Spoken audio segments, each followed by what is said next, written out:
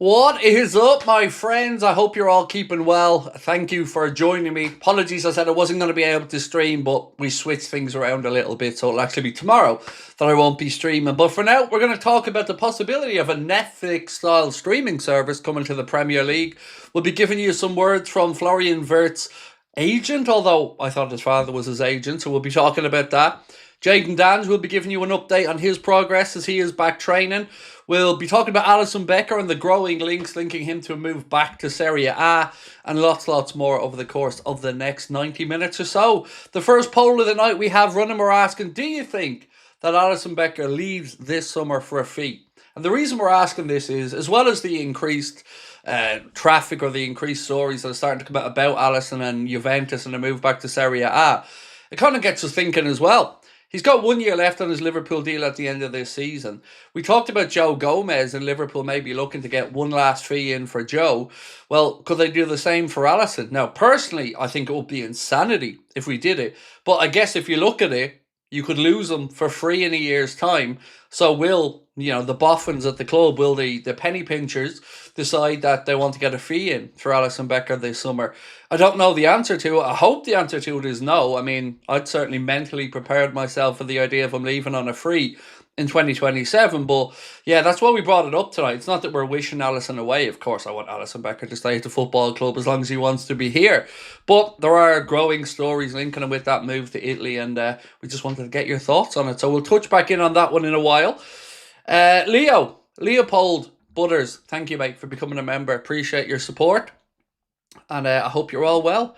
So yes, we've a lot to get through tonight. We're going to be trying to get stuck into those comments from what somebody who was Florian Wirtz's agent apparently once upon a time, or has something to do with Wirtz's situation. But we're going to give you the ins and outs of that one. So we'll be talking about, exactly what's being said there. I hope you're all well. Is the chat all right, by the way? Because I think some people are having some issues with the chat.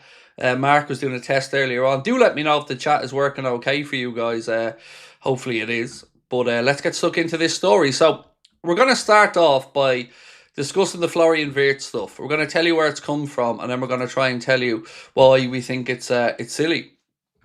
So, this one here. Leopold, how are you, mate? Welcome in. Thank you again for becoming a member, bro. Appreciate you. So, this piece here from Volker Struth, who they say is Florian Wirtz's agent. This coming from Bild, by the way, over in Germany. In the phase when it came to a move to Liverpool or Bayern, I called Xabi Alonso and I told him, you have to take the boy from Leverkusen to Real. Xabi replied, you don't have to tell me, you have to tell Florentino Perez, the Real Madrid president. And then he went on to say that I actually sent him a message, dear Florentino, I've told you several times, I have a player who I would highly recommend to you. Florian Wirtz makes every team in the world better. Then goes on to say, it didn't work out that year because of the squad and the budget. At Real Madrid too, the coffers are not so full. But my wish remains that Florian will play there one day, over in Spain, obviously, with Madrid. Now, this account here, Florian Flicks on X, they posted to say, Wirtz is represented by his family, specifically his father, Hans Wirtz, who serves as his agent and advisor. His parents have managed his career and contractual matters for many years. Struth is the co-founder and executive director of Sports 360 Limited, a German company, a leading football agency based in Cologne. Struth and his agency have been brought in to assist with Wirtz's marketing, sponsorships and commercial deals. However, Brees is the one advising Wirtz. So it kind of asks the question, why is this guy rabbiting on about Florian Wirtz and a potential move to Madrid? I'm getting a bit fed up of it, and I'm sure you guys are as well. Seeing Liverpool players' names linked with moves to Real Madrid over and over again. Grizzly, how are you, bro? Said, is Luis Enrique a real option in the summer, or is it all BS? I don't think it's a real option personally, but as far as I'm aware, as of this particular moment in time, he still hasn't signed that new deal with PSG, but that could, of course, change at any moment. So, I don't know, because, look, we don't know yet if the manager will be gone in the summer. So, looking towards the likes of Luis Enrique, it's not like the club could be making overtures publicly towards him now, because, of course, they have a head coach in, and, of course, he's the head coach of Paris Saint-Germain.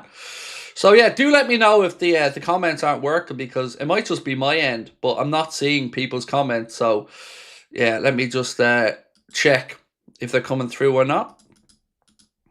Do let me know, Mark. Maybe you could WhatsApp me if there's any issues with the comments, because there is very, very few coming through compared to most nights. So I don't know. There's a regular number of people in the chat. I just don't know if the comments aren't coming through or something at my end. Jordan said hi, so Jordan's comments coming through, so we can see that one, Jordan, so that helps. But just let me know, give me a thumbs up in the chat if you guys, if the comments are okay for you guys, or if you're having issues with them. Let me know. I guess I'll be able to read them if you aren't having any issues.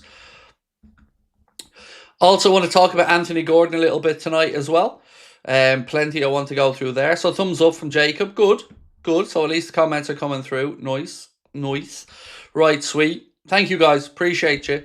Yeah, I just wondered if they weren't coming through or not, because usually you guys have a lot more to say early doors on the stream, so I was getting a little bit freaked out. Right, let's get stuck into it then.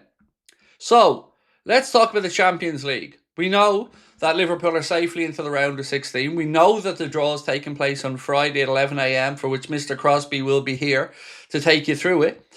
Football Tweet have said record 6 English clubs have qualified for the Champions League round of 16. Never before has any nation reached this total at this stage of the Champions League. Arsenal, City, Liverpool, Chelsea, Spurs and Newcastle all into the round of 16. Now, we know that Liverpool's opponents are either going to be Atletico Madrid or Galatasaray Juve, who are underway. And as I was coming on, it was 1-0 to Juventus on the night, 5-3 on aggregate to Galatasaray. Don't know if that one's changed yet, but do let me know. And Galatasaray were at it again, by the way. They're rolling around, they're feigning injury, the players going down every 2 seconds. It's actually embarrassing, but it is what I expected. So it's going to be like pulling teeth if we get Galatasaray or Atletico Madrid. Either one of them are going to be play acting quite a bit, shall we say. So, what do we know about the Champions League? When are the dates? When is the draw? And where's our pathway through to the final? So, knockout playoffs, February the 17th, 18th, 24th, 25th, currently taking place right now. As we mentioned, the round of 16, that is coming up on Friday, the draw for that. The games themselves, they will be played March 10th and 11th, and March 17th and 18th for the round of 16. The quarterfinals, which of course, fingers crossed, we hope to be part of, they'll be taking place April 7th and 8th and 14th, 15th. The semi-finals, April 28th, 29th, and May 5th and the 6th. And the final, of course, at the Puskás Arena in Budapest is on Saturday, May the 30th. And fingers crossed the Reds are in it. Madrid have always hovered over any potential Galactico since I was a kid, never going to change. It's infuriating now, because in the last few weeks alone, we've seen WIRTZ situation there. Of course, we've seen the situation with Dominik Szoboszlai and his national team coach talking about the fact that he's always dreamed of going and playing for Madrid. It's just becoming a little bit annoying at this point. McAllister, another one who'd been linked with Real Madrid. And again, as you can see from Florian Wirtz's representative there, Real Madrid don't have the money. They didn't have the money to go to buy Florian Wirtz, and they don't have the money to come in and buy Dominik Szoboszlai. So I don't think we've gotten to worry about, but it is frustrating that these links are constantly there. What have we got? What do I think of signing a third right back? It's an interesting one, Jordan. I don't know what to say at it, because it's almost admitting defeat if we do it.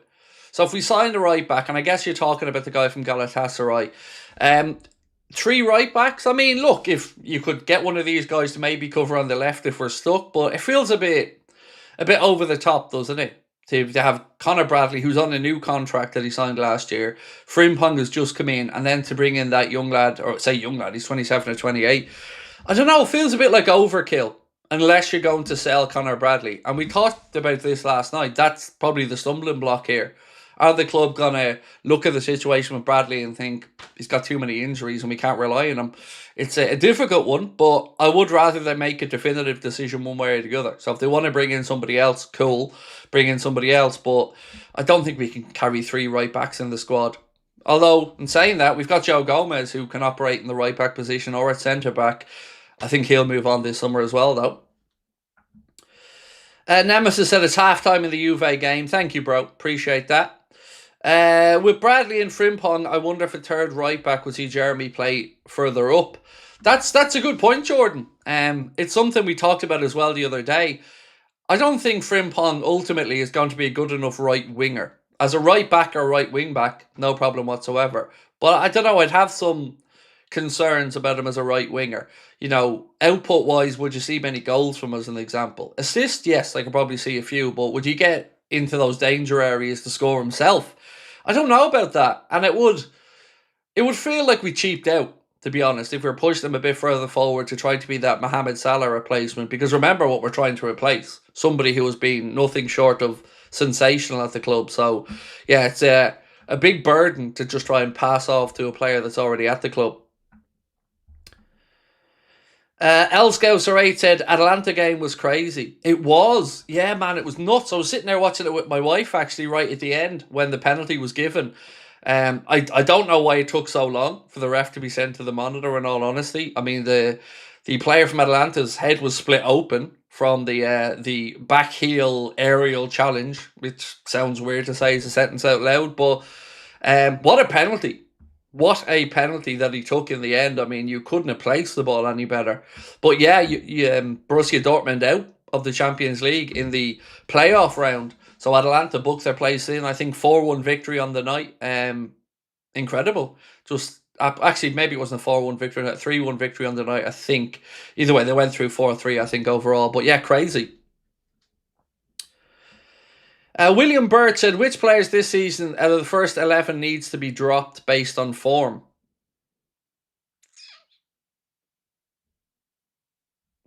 Craig is at my end. It says only subscribers' messages can be seen. Let me just check this with Connor, because it shouldn't be the case. Everybody, no, sure, there's non-subscribers messaging in there. Oh, subscribers, sorry. Subscribers, yes. You always have to be subscribed to comment. Sorry, I'm confusing myself there. I thought you said members only. But no, it's always been the case that subscribers comment. I think you have to be subscribed for an hour, if I'm not mistaken, before you can comment, something like that. So anyway, to get back to your question, William, which players would be dropped? Honestly, Gakpo, Salah, and at this particular moment, we've got a conversation to be had around midfield. Gravenberch, McAllister, not really pulling up any trees there this season compared to what we've seen from both of them in the past. So I guess that'll be another one. Apart from that, though, quite happy, he says. Apart from naming half the team, quite happy. Jordan said, from Arkansas, USA, headed to New York in September. Got to check out Carragher's. Any other Liverpool stuff in New York I should know of? Not sure. I've heard great things about Carragher's bar, by the way, so I'm sure you'll have a great time there. But other than that, man, I don't know. Never been to New York. Well, that's sort of a lie. I've been there on a layover, but never been there for a prolonged period of time. So I'm sure there are others. Actually, do you know what? I know young George from our Discord is heading over to New York next month. So, yeah, maybe he'll be able to help you out on that one. I'll probably have a bit more information for you then, mate, because he's headed over for a little trip with his family next month. So I'll ask him to let us know if there's any more Liverpool stuff there.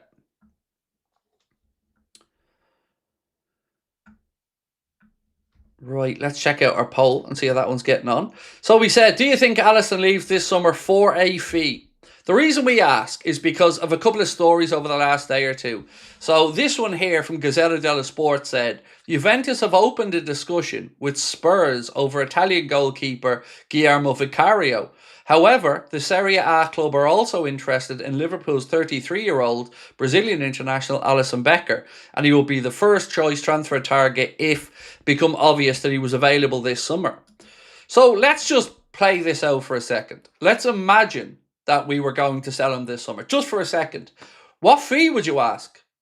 What fee would you ask for a player with 1 year to go in his contract? Now, as a goalkeeper, I don't think 33 is anything to be too concerned about. You know, goalkeepers can play till they're 36, 37, 38 at a high level. So what would you ask if you were Liverpool and you were interested in selling for Alisson Becker with 1 year to go? I can't imagine Juventus would be in a position to pay huge money, but Jason said 75 million. That's just not going to happen, mate. That's absolutely just not going to happen. Even to Saudi, that wouldn't be happening. And that's what we paid for him, I think. No, a bit less. I think it was 70. I think, realistically, 25, 30 million is probably the most you'd get. Which again begs the question, would it be worth selling at that point? And the truth is, I don't know the answer to that one, but I'd be very, very concerned if Liverpool were looking to sell, because I don't want to speak for everybody else, but I'm certainly not at the point where I'm convinced yet that Georgi Mamardashvili is ready to come in and play week in and week out. I'm also not convinced yet that he isn't. I truly am on the fence on it. I don't think we've seen enough of him.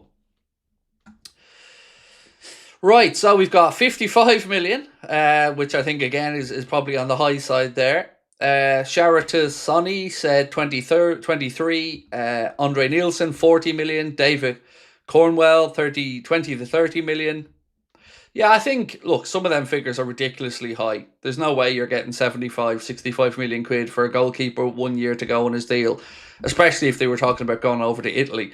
If it was Saudi, you never know. You may get a decent fee if it was going to Saudi, but it kind of follows on from a story we touched on late last night as well, because that's when this story around Alisson started to break, was late yesterday evening, where, again, Gazzetta Italia said Juventus are targeting Alisson Becker ahead of a potential summer move. His contract ends in 2027, and Liverpool have already signed Mamardashvili, who they see as their future number one.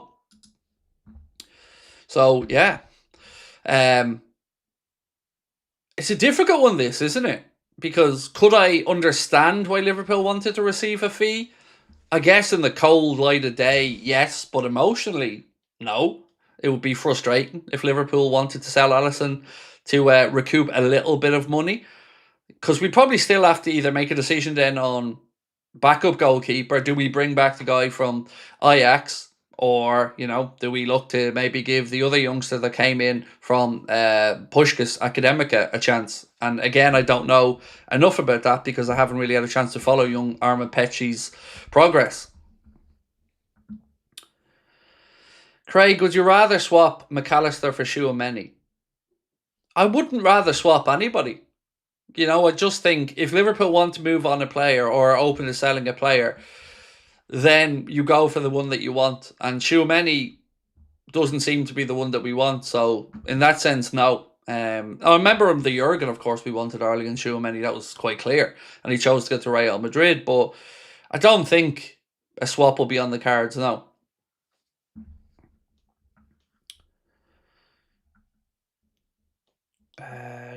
Why does a European form consistency look more convincing than the domestic league performances? It can happen. You know, it's happened in previous seasons as well. If you think back to some of the seasons under Rafael Benitez, we always went deep in Europe. And it's not really something that happens to just us. If you look across football in general, you see loads of teams that, you know, have a good European season and are struggling domestically. I mean, look at Spurs, another good example. You know, booked their place in the top 8 of the league format of the Champions League this year. But they're, you know, in a relegation fight now in the Premier League. And again, last year, similar thing. They won the Europa League, but they were right down in the lower echelons of the Premier League. So I think maybe sometimes it's just a nice break from the Premier League. You know, if you're in a rut in the Premier League, it's a bit of a mental break to go into another competition. And, you know, we've got a couple of Hungarian players in our team, and they'll be looking at the final being in Budapest in May and thinking, wouldn't mind me some of that. Especially after, obviously, Hungary not qualifying for the World Cup. You can imagine the likes of Kirkes and Szoboszlai would be buzzing to play at the Puskás Arena in Budapest for the Champions League final. And also, I think you've more space in the Champions League. I mean, it's a higher calibre of football, yes, but it's not as physical. It's not as defensively minded, let's say, at times as the Premier League is, particularly when we're trying to play against teams with low blocks. You don't really tend to get that too much in the Champions League. So maybe that just suits our style a little bit better as well. It is an interesting one, though, and it's something that's fascinated me before. Right, let's check in on our poll again. We're almost up to 1,200 votes on the poll. When we get to 1,200, we'll knock it on the head. So if you haven't voted, please do. I'm going to move on to speak about a couple of other stories that have been doing the rounds that I haven't got a chance to speak about. Anthony Gordon. I think some of you guys will probably think of this as good news. So this piece here from TalkSport said that Newcastle United have no plans to cash in on inform winger Anthony Gordon this summer. The player, they say, may have other ideas. This story isn't going away, and it doesn't seem to be likely to go away anytime soon until Liverpool either bring in another winger or somebody comes out and says wholeheartedly there's nothing to this. Now, normally when this comes up, I message a few people and find out, yeah, very quickly there's nothing to this. But honestly, hand on heart, I know from previous conversations that Liverpool really do rate Anthony Gordon highly. And, you know, the idea of that romantic resurgence, if you want to call it that, or romantic return to Liverpool, a club that I think as a schoolboy he was denied the opportunity to sign for us, ended up going to Everton. He's a lifelong Liverpool fan, so I know it splits the Liverpool fan opinion when we talk about him, but it would have to be for a reasonable fee, you know, and the numbers over the last few days have been absolutely insanity. 95 million, 125 million. I mean, I think Liverpool would be crazy to go above 70 million. Jordan Hastings said, who ultimately wins the 10 spot, Flo or Dom, in your opinion, for next year? It's got to be WIRTZ. It has to be for me. You know, WIRTZ is a 10, whereas Dominic Szoboszlai is a 10, an 8. He can be an 8.5. So I think the versatility of Dom. Actually, do you know what? I'm thinking about this, and I wonder will we see a change of system to accommodate the fact that we want to find that balance. I've gone through and sent Connor over my predicted 11 for the West Ham game, and I'm going to record that tomorrow. But I think Jamie Carragher's probably about right at the minute. That in the Premier League, we just don't have the balance, and we need that extra midfielder. So maybe we have to sacrifice one of the 4 forwards. Now, when we're talking about 4 forwards, we're of course talking about the 2 wide players, the centre forward and the number 10 in behind. And WIRTZ is a number 10. So for me, I think it would have to be him if we're talking about who wins the number 10 battle. But surely there's a way you get both Dominic Szoboszlai and Florian Wirtz regularly into the same 11. But what do you think, Jordan? Would you agree, or do you think maybe we'll see something else? I mean, for me, I'm going to give you a little bit of a sneak preview. I have Wirtz on the left side of the front 3 for the game against West Ham, for the very reason that I want to make sure that we can get those 3 into midfield and still make sure Dominic Szoboszlai starts, not in the right back position. Pokey Good said, Craig, who would you sign for that winger position in your opinion? It's a tough one because the answer is probably Andy Amonde, but I've only started to really look into him a little bit more with regards to watching his clips, looking into some of the data around him. And, you know, you can see what the fuss is about, but is the situation with his agency, is that going to cause problems? You know, Rock Nation apparently in a bit of a legal dispute with his old agency about who actually is his agent. So that looks like it could be going all the way to the Court of Arbitration for Sport, which makes a deal for Andy Amonde a little bit more difficult. I think it'll be one of Gordon or Diamonde. That's my guess. One of those 2 will be Liverpool's new left winger. Or should I say, will be Liverpool's new competitor to compete with Rio Ngamoa for a space on the left-hand side. But of course, there's also the opportunity from the play on the right-hand side, because we need to talk about that situation as well. Mark said Gakpo plus 25 million. For who, mate? For who, Mark? Who are we talking about? Because we know Bayern Munich are interested in Cody Gakpo. We've discussed that before as well. So there's an opportunity, if they come in, that they could help fund the move for Andy Amonde, which again is something that we discussed the other day. Jordan said Florian has that pace down the flank and can cut in. He can, but he doesn't have lightning quick pace. Like, he wouldn't be up there with an Anthony Gordon or a Andy Amonde or somebody of that ilk. And that's something that I genuinely think our attack is missing, that real lightning pace. Now, Rio, well, he could give us that option. I've yet to actually see how fast Rio is sprinting regularly, so truth is I don't know if he's a speed merchant or not. But Hugo Ekitike has been clocked as, I think, the 3rd fastest sprint in the Premier or in the Champions League this season. So, the big story that really has me excited has come out of the Guardian newspaper, and they say the Premier League is considering launching its own Netflix-style streaming platform. Premium. They're premium it. It's premium. Premium streaming. That's what it is. It's premium. So they say Netflix. Now let's try this sentence again, and I'm not being an idiot. So let's just pretend the last 20 seconds hasn't happened. The Premier League is considering launching its own Netflix-style streaming platform. They should call it premium, shouldn't they? The idea would allow fans to watch every single match and choose any game that they want whenever they want. And here's the really interesting thing. The service could cost around £10 per month, be available in 188 countries, and may also include matches from past seasons to create a full archive. What? That would be an absolute bargain. Like, I would be all over that. £10 a month for every Premier League game. And, you know, past Premier League games and the archives and stuff like that, like the WWE have. Wow. That would be unbelievable value for money at £10 a month.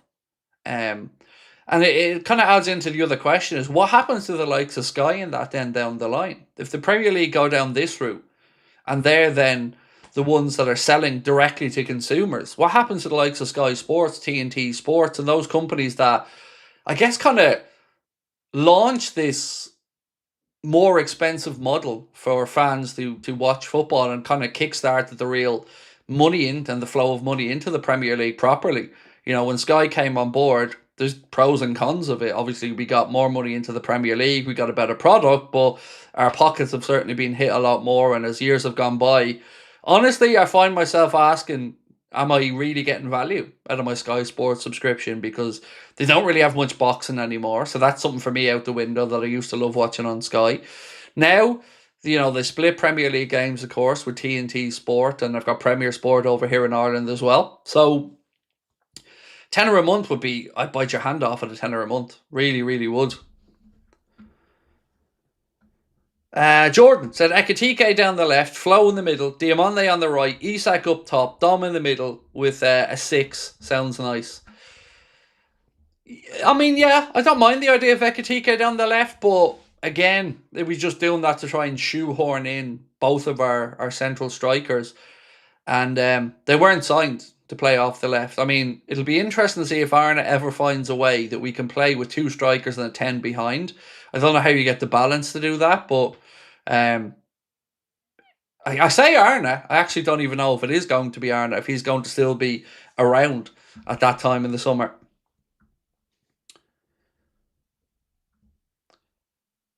I don't see how that makes them more money than selling the rights the way they do now.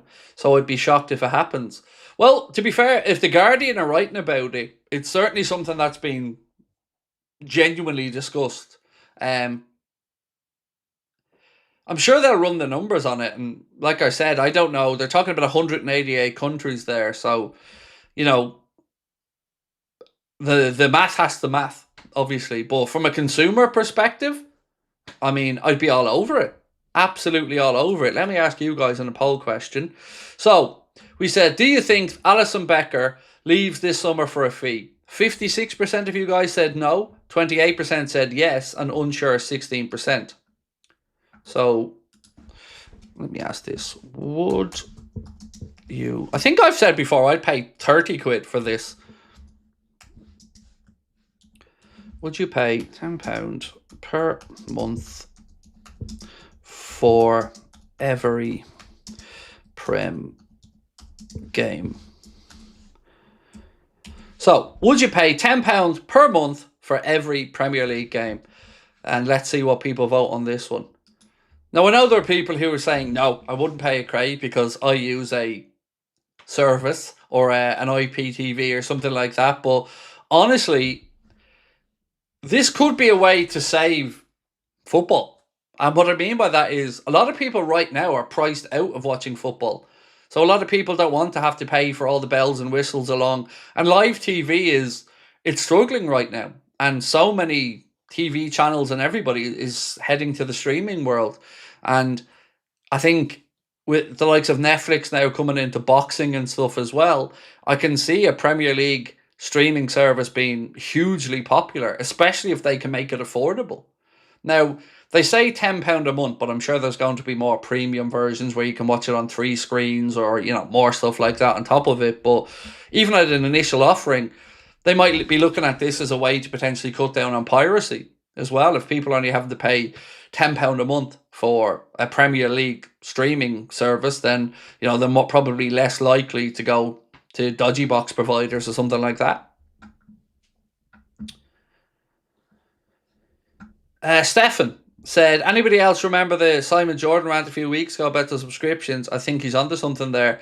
To be fair, I don't have a lot of good things to say about Simon Jordan, Stefan, but he's been going on about this for a few years now.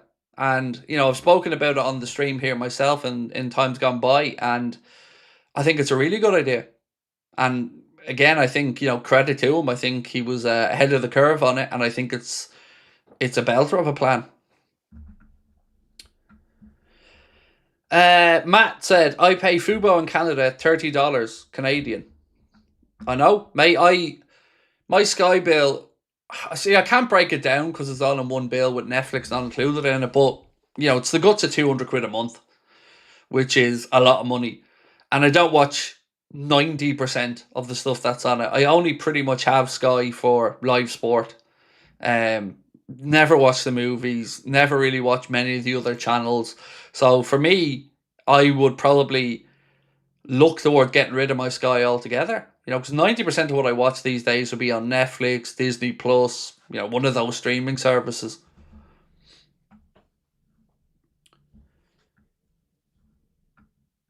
Right, let's keep going. Jayden Danns. We've got a little bit of good news about Jayden Danns. He was spotted back training with the under-21s today, according to Anfield Watch, which is good news. We, of course, want to see Jayden Danns getting back playing football as soon as possible, and hopefully this return goes well. He can get a proper pre-season down with the boys and maybe be part of the first team setup proper next season.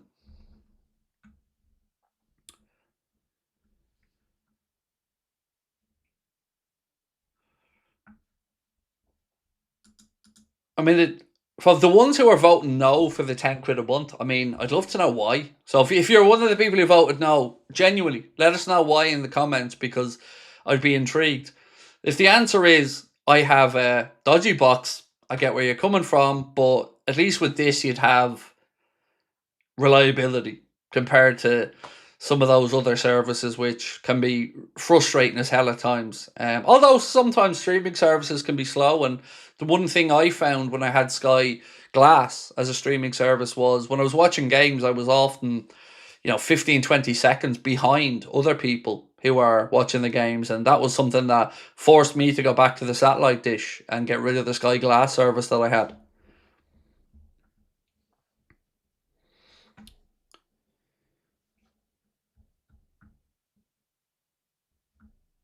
So, I want to talk about money in a moment as well, because Swiss Ramble has put out some interesting numbers about what some of the Premier League clubs have earned so far this season.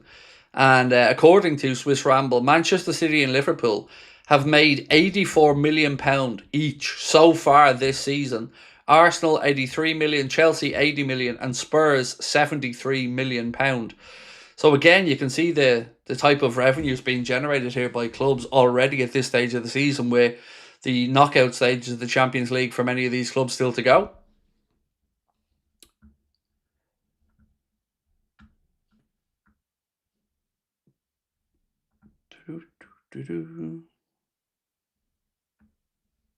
Very quiet tonight in the chat, lads. What's up? Like, there's 1,250 people, but there's very few people coming in to have a chat. You're making this a difficult one for me to keep going, to get the comments. Let's get this conversation flowing, folks. I know you probably have the footy on in the background as well, so do let me know what the scores are in the games as well. Very interested, obviously, to know what's happening in the Juventus Galatasaray game, as one of those are our potential opponents, along with Atletico Madrid. You just know it's going to be Atleti, by the way, don't you? Already, it feels like we're getting Atletico Madrid. Jordan said, I was thinking that too. I feel alone here, mate. Yeah, I think a lot of people are just probably have the footy on in the background or just have the stream on. And I do appreciate you guys having the stream on, by the way. Thank you so much for that. But yeah, let's get the comments going. 2-1 to PSG. Kavisha Kvaratskhelia, said Ben. Thank you, Ben, for that one. So that's what? Them up by 2 on aggregate now, if I'm not mistaken. It's 3-1 now. Wasn't it 1-0 or something after the first leg, or 2-1? They were up by 1 goal. I remember that much anyway. But from our perspective, we need to keep an eye on the Juve Gala game, which was, I'm sure, no doubt, going to have lots of stoppage time because Galatasaray players were rolling around all over the place. It was like watching our game against Galatasaray, where Osimhen going down randomly for no reason and other players going down for no reason.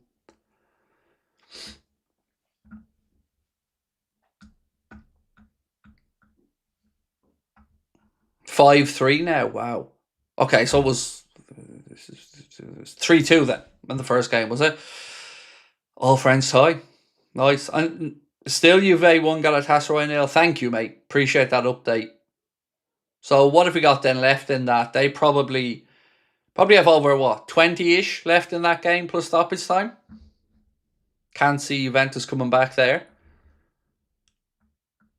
Unless, of course, 1 goal makes that a nervy finish, though. They're not great at the minute, to be fair. Juventus got a bogus red card. Did they? Oh, let me check this. 1 sec. I have to check this.